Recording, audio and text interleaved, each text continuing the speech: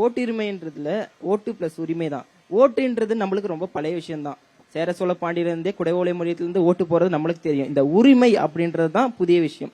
சுதந்திரம் வந்த பின்னாடி இருந்தா நம்மளுக்கு உரிமைன்றத டாக்டர் அம்பேத்கர் நம்மளுக்கு வாங்கி தந்துக்கிறாரு, இந்த ஓட்டு உரிமை என்பது. சாமிகளா முதல்ல கை தட்டுங்கப்பா.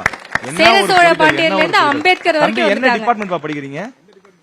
நான் செல்வம் எக்கனாமிக்ஸ் டிபார்ட்மெண்ட் படிக்கிறேன். Super super, very good. பொருளாதாரம் தெரிஞ்ச அவரு அரசியலும் ரொம்ப புரிதலோடு இருக்காரு.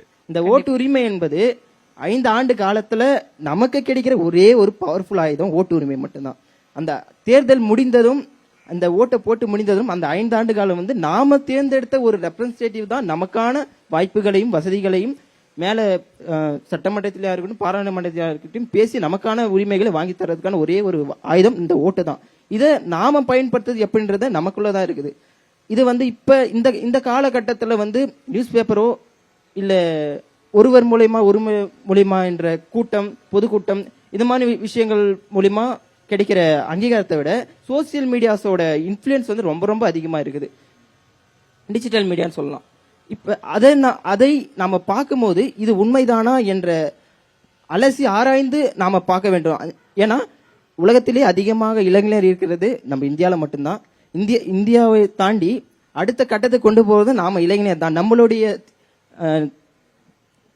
நம்மளுடைய முடிவுகளும் தேர்வுகளும் ரொம்ப ரொம்ப முக்கியமா இருக்கும் இப்ப வரப்போற தேர்தல்ல. ஏன்னா சூடு பிடிக்க ஆரம்பிச்சிருக்கு. நம்மளுடைய தேர்வு என்ன அப்படின்றத இந்த ஓட்டு காலத்துல நாம காண்பிக்கும்.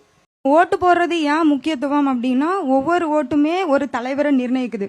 ஸோ எல்லா ஓட்டுமே ஒரு மாற்றத்துக்கான வழிதான். நான் ஏன் ஓட்டு போடணும் அப்படின்னா இப்ப நம்ம நாட்டில் வந்து நிறைய ஊழல்லாம் நடக்குது. அந்த ஊழலை நம்ம எப்படி தடுத்து நிறுத்தணும் அப்படின்னா நம்ம கரெக்டான ஒரு தலைவரை வந்து தேர்ந்தெடுக்கும் போது மட்டும்தான்.